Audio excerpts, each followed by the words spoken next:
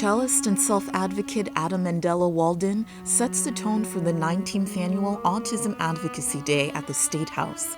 Advocates for Autism of Massachusetts, AFAM, hosted the event to bring attention to the needs of those who live with autism spectrum disorder, or ASD.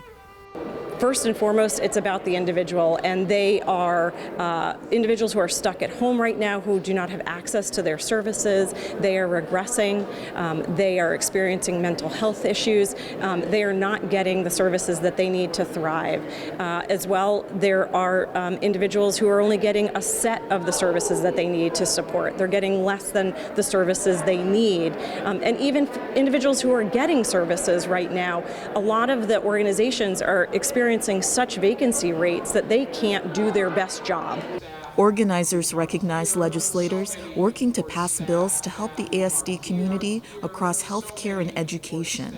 AFAM says the challenges for ASD families and care providers are many, and more state funding is needed. For families to not receive services because the insurance company won't cover it, or because they can't get access to the state program, which might be the only way that they can get the services. For those families, it is critical because it affects the quality of life for all of the members, for the person who has autism and for the family members who are supporting that person. So it is critical that they have the services available to them, that there is a means to cover those services that don't financially devastate the family. So it is important that we have a budget in the state that supports these families. It can be exhausting to take care of a person with autism who has 24/7 needs. You know, the spectrum is very wide, and there are many people who are more independent. But we know that at least 27% of the spectrum needs 24/7 care. So these families are really struggling to provide that year after year now. They may have some programming, but then they may not have transportation to that programming. So it's really making it impossible for families to work and to really support these individuals. Mass State Police is changing how they interact with autistic drivers by implementing the Blue Envelope program. Drivers can request a blue envelope to attach to their car visor, which has their license, registration, and instructions for the police on the driver's diagnosis and triggers in the event of a car stop. As a trooper, we stop a lot of cars. We interact with a lot of different people with different abilities and skills.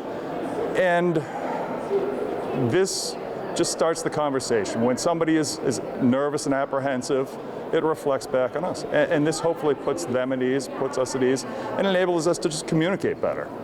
There are simple instructions. All troopers and all officers in the state receive training on autism awareness and recognition, and this just primes them during that interaction to be prepared to treat people with understanding and respect. The National Institute of Health estimates that 2.4% of adults 18 years and older in Massachusetts live with ASD. Yet some advocates point to the complication of not having a diagnosis. Unfortunately, many families don't get the determination for the services, and that is a really hard moment because at that time, then you have a youth who is 22 years old, and for the rest of their life, they're going to need care, and they're going to need services that no one is providing, and it needs to be privately funded by the family. So that is a really difficult moment for parents who decide that they have to either quit jobs or someday they're going to get older and not be able to take care of their family.